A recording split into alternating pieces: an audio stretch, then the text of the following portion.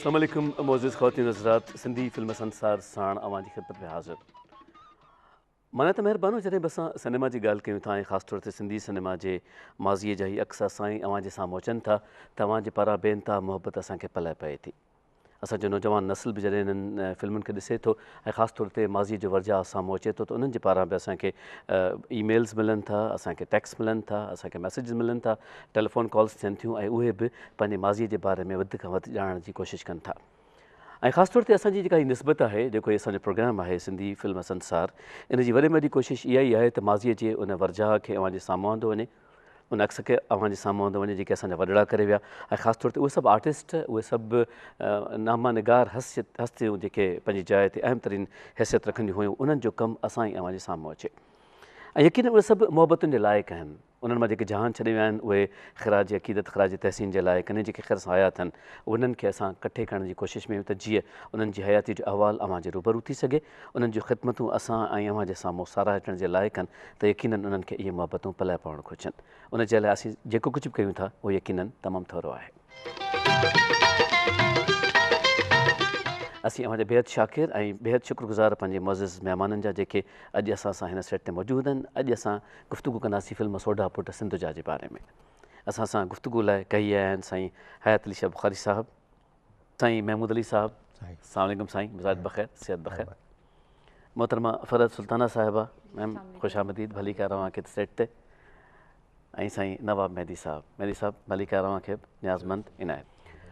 हूअं हूंदो आहे त असां वटि फिल्म सां लाॻापियल महिरबान मौजूदु हूंदा आहिनि ऐं यकीननि हिन सभिनी तालुक़ बि सिनेमा सां आहे, फिल्मुनि सां आहे। उन में ख़ासि तौर ते अर्ज़ु इहा आहे त ज़फ़र अली साहिब जी कंपोज़िशन आहे हिन फिल्म में, महमूद अली साहिबु उन्हनि जा भाउ आहिनि असां वटि मौजूदु आहिनि ऐं चकोरी साहिबा हीरोइन आहिनि हिन फिल्म जूं, त फ़रद सुल्ताना हुननि जूं फर्स्ट कज़िन आहिनि, उहे बि असां वटि इन ख़ुशि हिसाबीअ सां मौजूदु आहिनि ऐं हिननि सभिनी खे असां पंहिंजे सेट ते भलीकार चऊं था। माना त महिरबानो शुरू कंदासीं स्क्रॉल सां। फिल्म आहे सोढा पुट सिंधुजा ऐं पेशकार इदारो आहे वाना फिल्म्स। रिलीज़ थियण जी तारीख़ आहे 7 डिसंबर 1973। फिल्म साज़ रियाज़ भट्ट, साहिबज़ादा अयाज़, हिदायतकार मोहम्मद यूनुस राठौड़, कहाणी ऐं मकालमा निगार यूनुस राठौड़, लेखक SM Kaleem, अक्कासी M Ayub, तदवीन M Aminul इस्लाम मंटो, कहाणी मकालमा निगार यूनुस राठौड़, सदाबंदी साहिबज़ादा अयाज़, शाइर मूसा कलीम मुश्ताक जिस्काणी, मौसीकार ज़फ़र अली, गुलकार रूना लैला मोहम्मद यूसुफ़, नौशी ऐं निगात सीमा ऐं अदाकारनि चकोरी मुश्ताक चंगेज़ी, मुराद बलोच, नरगिस, साहिरा, मुश्ताक जिस्काणी, शहनाज़, मनू मिर्ज़ा, महबूब आलम, S मुग़ल, मुश्ताक मुग़ल, नवाब मेहदी, किरन, मलक अनोखो ऐं आफ़ंदी। क्या साहिबु तव्हां ईंदासीं हिन फिल्म जे हवाले सां अवां कुझु शुरू कयो। हीअ फिल्म हुन दौर जी आहे जंहिं ज़माने में सिंधी फिल्म जो उरूज हूंदो हो। Eastern film studio, modern studio में खोड़ सारी फिल्मूं ठहंदियूं, कोई गहमा गहमी हूंदी, किथे रिकॉर्डिंग पई थिए गाननि जी, किथे फिल्मूं जेको शूटिंग पई थियनि। ऐं हिन फिल्म जी हिकु ख़ासि ख़ूबी त हीअ तमामु थोरे मुदे में तयारु थी आहे। उन जो सबबु इहो आहे त हिकिड़ो त प्लानर हुआ साहिबज़ादा अयाज़ या भट्ट साहिबु, रियाज़ भट्ट साहिबु, यूनुस राठौड़ साहिबु, त फिल्म जो बजट जेको हिकिड़ो यकमुश्त हथ में हूंदो आहे त फिल्म जल्दी ठही वेंदी आहे। ठीकु, ऐं आर्टिस्ट अवेलेबल हूंदा आहिनि, ॿियूं जेके फैसिलिटीज़ हूंदियूं आहिनि त फिल्म माण्हू जल्दी ठाहे वठंदो आहे। का रंड कोन्दी आहे पैसे जी या कंहिं ॿी ॻाल्हि जी, त पोइ महीननि जा महीना बल्कि सालनि जा साल फिल्मूं उटकी पई वेंदियूं आहिनि। हिन जी इहा वाहिद ख़ूबी त इहा तमामु जल्द ठही ऐं घणनि खे त माण्हू ॿाहिरि जी माण्हू जीअं उर्दू में चवंदा कान ख़बर न हुई त ईअं ठही वई, एडिटिंग वग़ैरह थी वई, ठही रिलीज़ बि थी वई। वाह वाह। ऐं उन में हिकिड़ो जीअं त 2-3 फिल्मूं अॻु हिकिड़ो आर्टिस्ट जेको इंटर थियो फिल्म इंडस्ट्री में, सिंधी फिल्म इंडस्ट्री में, महबूब आलम जी, उन हिन में कमु कयो ऐं हुन तमामु थोरो मुख़्तसर को किरदारु हो पर ॾाढो सुठो कयईं। उन जे करे ई जेको हुनखे वरी वधीक कमु ॾियो, कामयाबी नसीब थी, सुठी कामयाबु फिल्म वई। हिकिड़ी ॿी ॻाल्हि ॿुधाईंदो हलां त हिन फिल्म जा गाना ज़फ़र साहिबु कंपोज़ कया, तमामु सुठा गाना, सुभान अल्लाह। ऐं टाइटल सॉन्ग हुनजो पीरनि फ़क़ीरनि जी सिती ॾिसो वारी यूसुफ़ साहिब जी आवाज़ में हो। उन कोरस में जेको आहे से 3 माण्हू हुआ, हिकिड़ो महबूब आलम, ज़फ़र जंडी ऐं ॿियो तव्हांजो ई ख़ादिम। यार त छॾियूं पर तव्हां छा कयो? बसि ॻायो। महमूद साहिबु कीअं थी रहे यादि इहा भाउ जे हवाले सां? ऐं साईं ज़फ़र अली साहिबु त कमाल हुया, असांजो वॾो अरसो हुननि जी मोहबतुनि में गुज़रियो। जो सिंधी मौसीक़ी ते ॾाढो कमु कयो जीअं साईं बुखारी साहब ॿुधायो कि हुन ज़माने में कंपटीशन जो दौर हो 73 में सिंधी फिल्मनि जो। सभिनि खां पहिरीं अदा ज़फ़र अली जेका फिल्म कई हुई, सो उर्दू फिल्म कई हुई 1968 में, हू हुई प्यार की जीत। हुन में बि रोना खे हुन गाना ॻाया, ऐं हिन फिल्म में बि रोना खे हुयो हुन फिल्म जा गाना, रोना ऐं मोहम्मद यूसुफ घणो करे हिन ॻाया। पर साईं असां वियासीं, इन जो प्रीमियर शो थियो हैदराबाद जी, प्रीमियर शो ते वियासीं। जॾहिं असां ॾिसूं पिया फिल्म, त कॾहिं माण्हू चई यार हिन में जेको जमालो आयो आहे न, ही नवो अंदाज़ जो जमालो आहे, पुराणो अंदाज़ कोन आहे, बिल्कुलु अदा जमालो खे चेंज करे छॾियो। जेको असां ॿुधू रहिया आहियूं अरसनि खां वरनि खां, इहो हुन जो पूरो फॉर्मेट चेंज करे छॾियो जमाले जो। सही। ऐं हिन जो जेको टाइटल सॉन्ग हो, साईं जीअं ॿुधायो, पीरनि फ़क़ीरनि जी सिंधड़ी सुवारी, सो त कमाल जो हो, मोहम्मद यूसुफ बा जो ॻायो। तव्हांखे हिन फिल्म जी स्टोरी यादि आहे कुझु? साईं मूंखे इहा रोमेंटिक फिल्म हुई, ऐं हिन में घणो करे उन ज़माने में हिकिड़ो कॉम्पिटिशन हलियो पंजाबी ऐं सिंधी फिल्मनि जो। हुनमें कॉम्पिटिशन थींदा हुआ, जीअं सोडापुर सिंध जा, जट पुट पंजाब दे, ईअं हिन नाला जेका आहिनि न मिलन जुलल इहा नाला हूंदा, कॉम्पिटिटिव हिकिड़ो एटमॉस्फेयर। जी जी हा जी हा। पर इहो जेको आहे ही जेका फिल्म ठही हुई सो बिल्कुलु थोरे बजट में ठही हुई, ऐं बिल्कुलु जल्दी तयारु थी वई इहा फिल्म। रियाज़ भट्ट हूंदो हुनजो प्रोड्यूसर, ऐं साहबज़ादा अयाज़ इहो। पोइ असांखे यादि आहे कि हिन जी फिल्म जी मूं एज़ ए असिस्टेंट कमु कयो, असिस्टेंट म्यूज़िक डायरेक्टर अदा सां। त पोइ हिकिड़ो गानो जेको आहे न साईं 20-25 ॾींहं रिहर्सल हलंदी हुई हुन हिकिड़े गाने जी, तॾहिं वरी करे पोइ रिकॉर्ड थींदो हो। रूना लैला बि 3-4 रिहर्सलूं ॾींदियूं हुयूं हुन ज़माने, लीड सिंगर हुई, लीड सिंगर हुई। तॾहिं इहो माशाअल्लाह अजा ताईं उन जा गाने पॉपुलर आहिनि। वाह वाह वाह। फरज साहिबा, आप चकोरी साहबा के रेफरेंस में आपसे बात करनी थी। क्या याद आता है आपको ये सब देख के?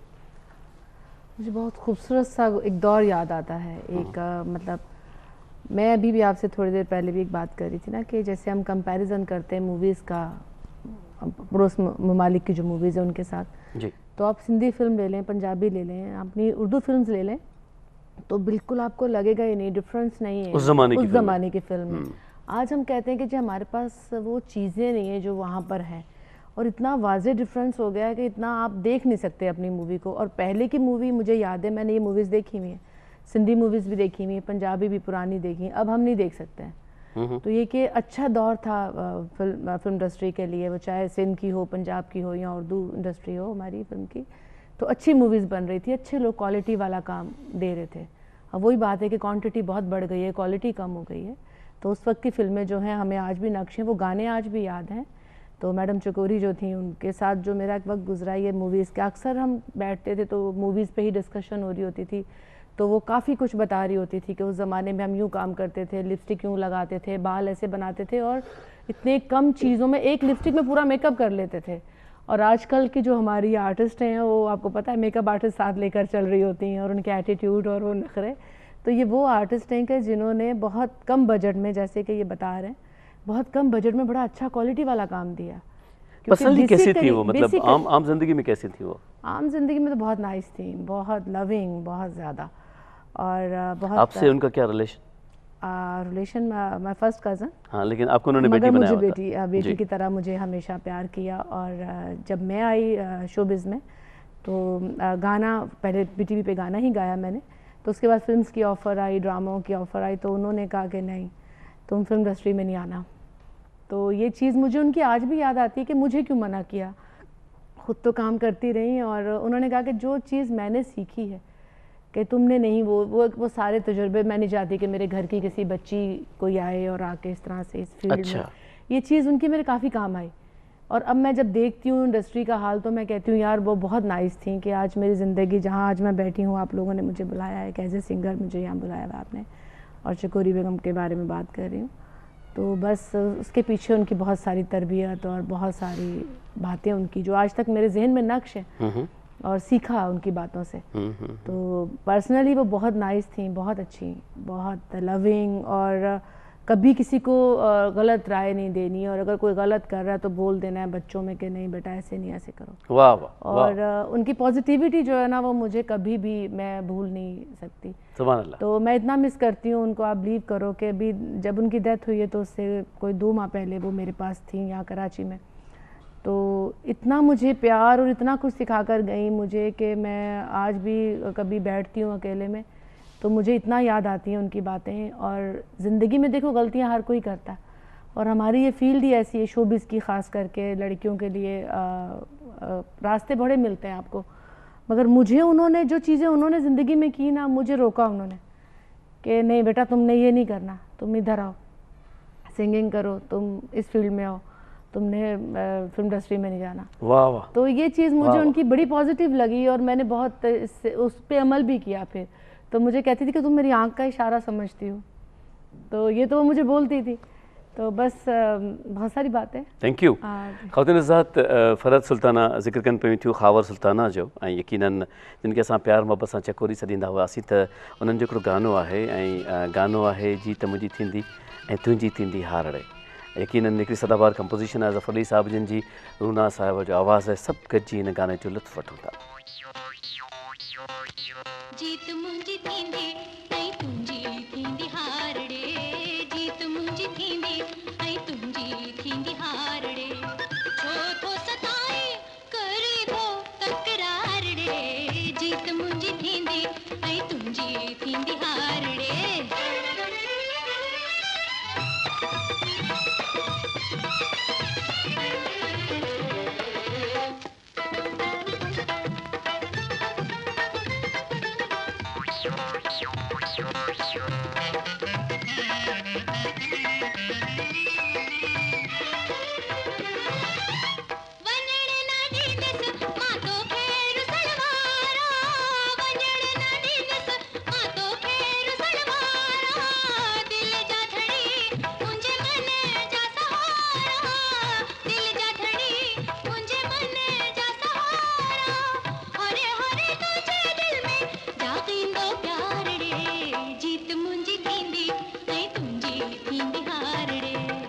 गानो कनायोसीं, ऐं यकीनन इन गाने जी सुगंध ऐं ख़ुशबू असांखे अञा ताईं महसूसु थिए थी, त नौजवान नस्ल ॾांहुं बि अचणु चाहियूं था।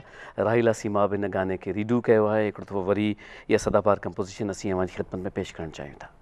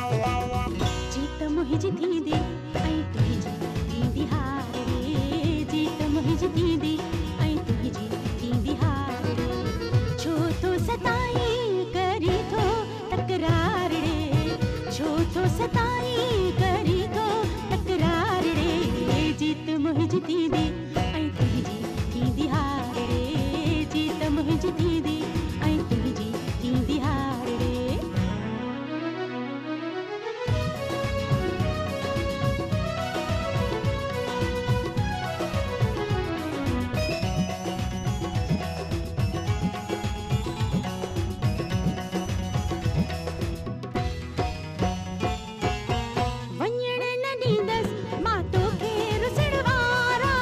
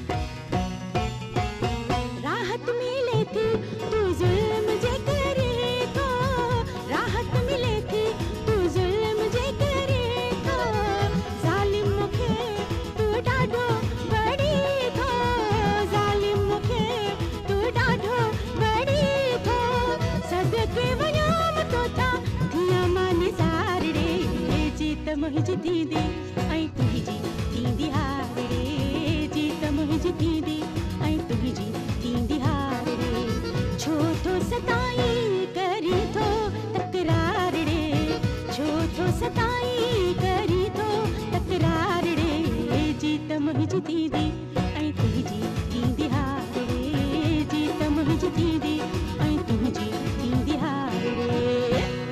जी नवाब साहब, सदाबहार गीत हिकिड़ो हिन फिल्म जो, ऐं इन फिल्म में अव्हांजो रोल हुयो? हाँ साईं, इन फिल्म में मुंहिंजो पुलिस इंस्पेक्टर जो रोल हो। जी अफंदी साहब इनमें विलियन हो। जी सो उनखे डायलॉग वायलॉग उन सां हुआ, उनखे अरेस्ट करण जो कैरेक्टर हो। यूनिस राठौड़ साहब मूंखे कास्ट कयो। जी ऐं यूनिस राठौड़ साहब तमामु हिकिड़ो सुलझल ऐं सुठो माण्हू हो। जी ऐं मूंखे लॻो ई कोन थिए त को यूनिस राठौड़ साहब अहिड़ो वॾो माण्हू आहे, ऐं तमामु सुठे इज़त ॾियण ऐं प्यार सां सम्झाइण। एॾे ड्रेस मूंखे पाराई, पाण बि वरी स्टार वग़ैरह सभु सही टिप्स वग़ैरह उन्हनि पाण आया? जी हा, पाण। जी ऐं उन खां पोइ पुछंदा रहियासीं यूनिस राठौड़ साहब सां, पोइ मुलाक़ात कान थी। पोइ हिकु दफ़ो मूंखे फ़ोन नंबर अथायो, मूं फ़ोन कयो, मां चयो सिंधी ड्रामा वग़ैरह करे पियो, पर मुलाक़ात कान थी। सुठी फिल्म हुई।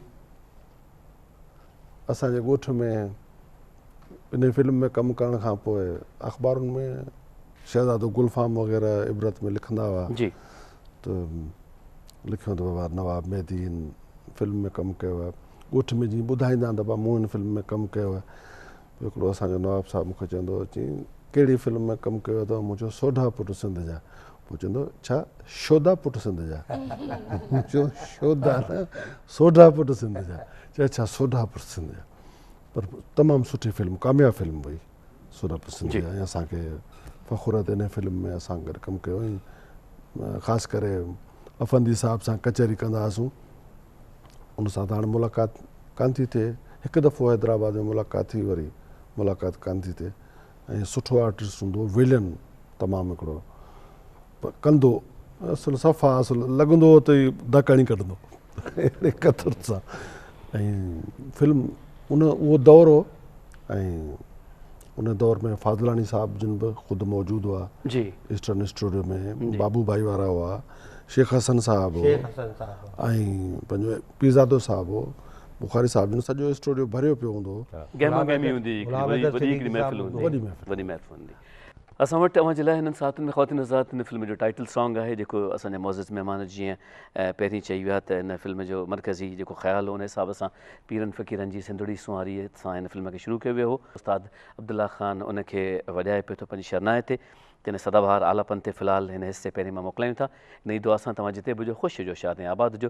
वरी इंशाअल्लाह लज़ीम ईंदड़ हफ़्ते अव्हांजी ख़िदमत में हाज़िर थींदासीं। फ़ी अमान अल्लाह, अल्लाह वाहिद।